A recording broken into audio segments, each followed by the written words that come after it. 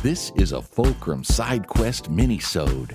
Short, focused opinions on psychology and storytelling, personal reflections, unscripted thoughts, maybe even some of your suggestions. Here's Fulcrum. Welcome to Side Quests, a minisode series from Dark Character Profiler. These are the detours, the hidden trails off the main path where we explore the overlooked, the unexpected, and real-world psychological echoes. Let's get into today's side quest.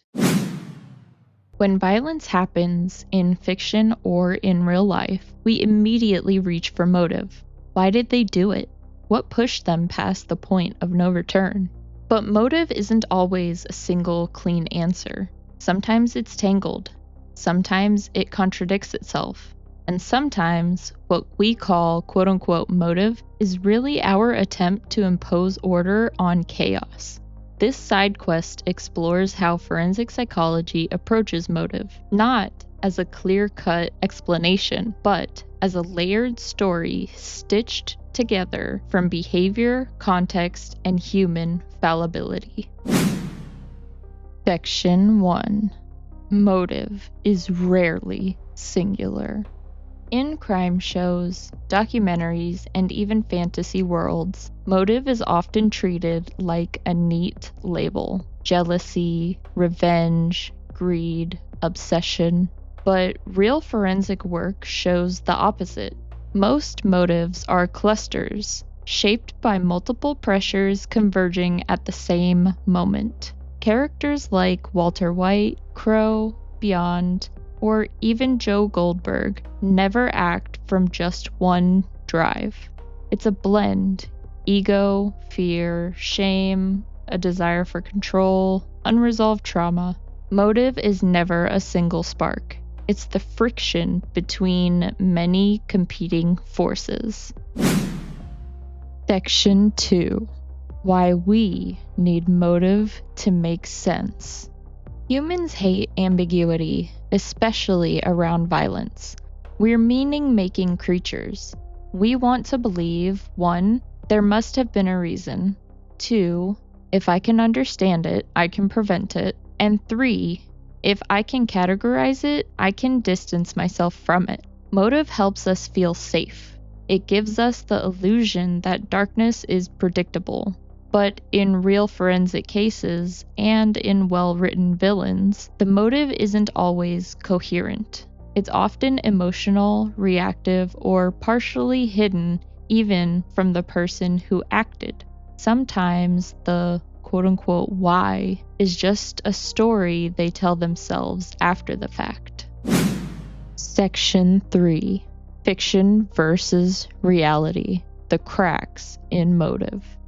Fiction tends to present motive more clearly, but the most compelling villains break this pattern. Characters like the Joker, Beyond, Crow, also known as Uldren Sov, and Hannibal Lecter feel real because their motives are fragmented. They contradict themselves. They oscillate between logic and emotion. In real forensic interviews, this is exactly what we see: shifting explanations, partial truths, self-serving distortions, and emotional narratives instead of factual ones. When fiction mirrors this psychological inconsistency, it resonates at a deeper, more unsettling level. Section 4. How forensic psychology actually searches for motive.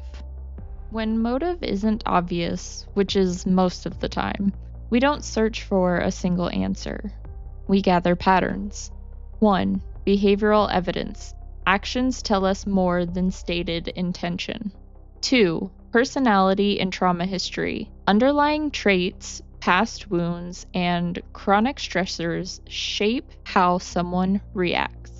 3. Precipitating events. Breakdowns, losses, humiliations, triggers. 4. Psychological gains.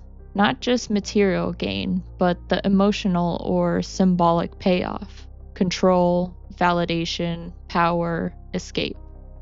And 5.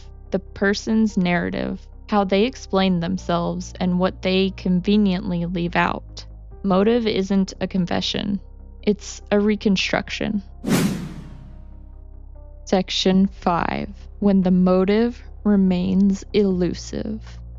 Some acts, fictional or real, don't come with a clear motive. This doesn't mean the act is senseless. It means the underlying psychological forces are complex, layered, or partially unconscious.